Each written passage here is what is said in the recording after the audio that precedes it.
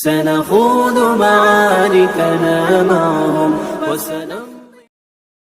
حضرت صہیب جب ہجرت کرنے لگے کافر آ گئے، صہیب تم آئے تھے روم سے، تمہارے بیوی بچے کچھ بھی نہیں تھے، یہاں پہ آ کے شادی کی ہے، بچے ہوئے ہیں، اگر ہجرت کرنی ہے اپنی بیوی کو بھی یہاں چھوڑ کر جاؤ اور اپنے بچوں کو بھی یہاں چھوڑ کر جاؤ، اکیلے جاؤ، ہجرت کرنی ہے تو اپنے محبوب صلی اللہ علیہ وسلم کے پاس جانا ہے تو اکیلے جاؤ۔ حضرت صہیب رضی اللہ عنہ نے فرمایا اللہ کی رضا کے لیے بیوی بھی قربان، بچے بھی قربان، اللہ کی رضا کے لیے انہوں نے ہجرت کی، کیونکہ ہجرت فرض تھی، اس وقت مکہ مکرمہ سے ہجرت کرنا فرض تھا، انہوں نے سب کچھ قربان کر کے بیوی بھی چھوڑی، بچے بھی چھوڑے، اللہ کی رضا کے لیے ہجرت کی۔ آپ صلی اللہ علیہ وسلم کی بارگاہ کے اندر پہنچے، آقا نے فرمایا صہیب کیا لائے ہو ساتھ؟ یا رسول اللہ کافروں نے مال بھی چھین لیا کہ یہاں سے مال کمایا ہے ہمارے علاقے سے۔ ظلم کا کوئی قانون نہیں ہوا کرتا، ظلم کا کوئی قانون، ظالم کے سامنے کوئی قانون نہیں ہوتا۔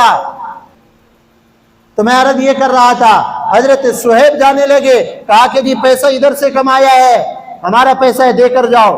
کیوں بھی جو آدمی کماتا ہے پیسہ اس کا ہوتا ہے نا، لیکن ہمارے علاقے سے کمایا ہے تو ہمارا، ظالم کے سامنے کون بات کرے؟ تو حضرت صہیب نے فرمایا لے لو پیسہ، کہا یہاں پہ آ کے شادی کی تھی، بیوی بھی ادھر چھوڑ کر جاؤ۔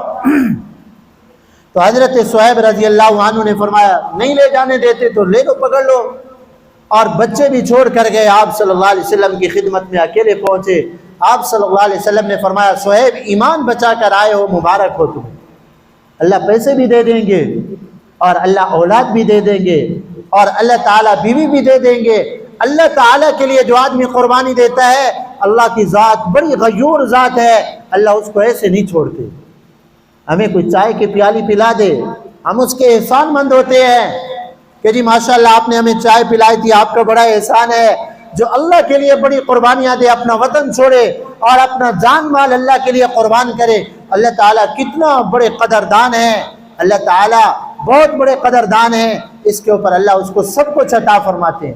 آپ نے دیکھا نہیں جو صحابہ اکرام ہجرت فرما کر گئے، ہجرت کے بعد اللہ تعالیٰ نے ان کو مال بھی دیا، ان کو اولاد بھی دی، سب کچھ دیا۔